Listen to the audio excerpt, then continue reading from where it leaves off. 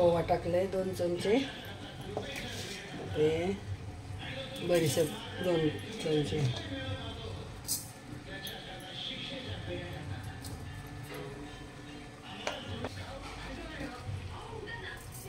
जिरे 2 चमचे आणि तसेच टाकते. चमचा वगैरे काय घेतलं नाही.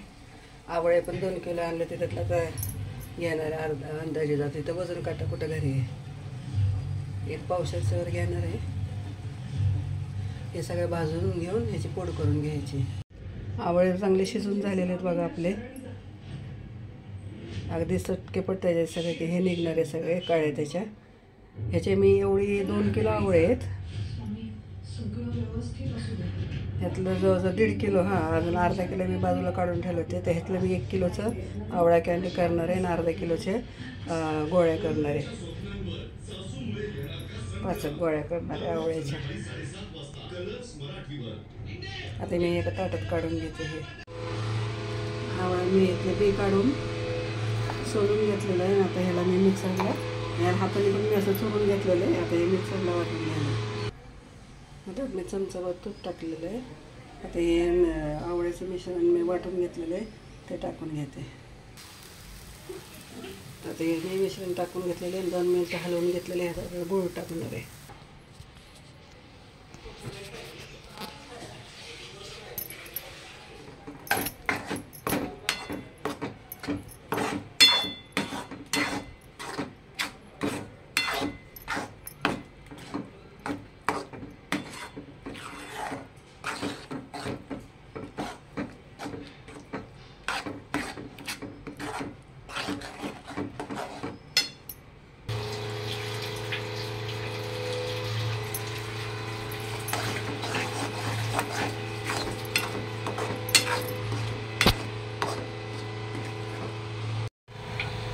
आज करायचंच म्हणलं.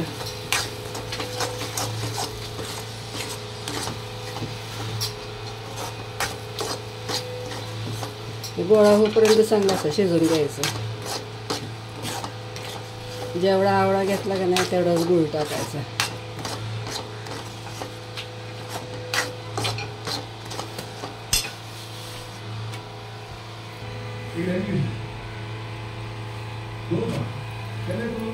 थोडीशी चमचाभर हिंग, जिरा आणि ओवा, बडीशेप 2 चमचे जिरा, 2 चमचे ओवा, बडीशेप टाकून हे वाटून घ्यायचं.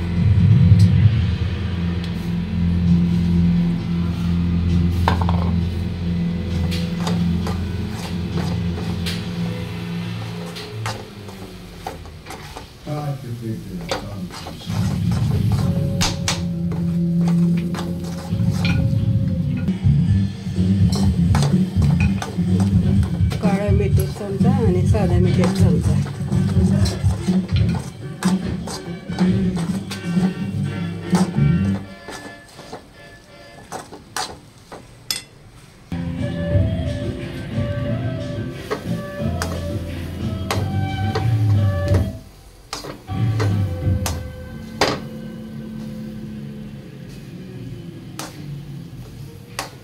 काढून घेऊन थंड करून गोळ्या बांधायच्या.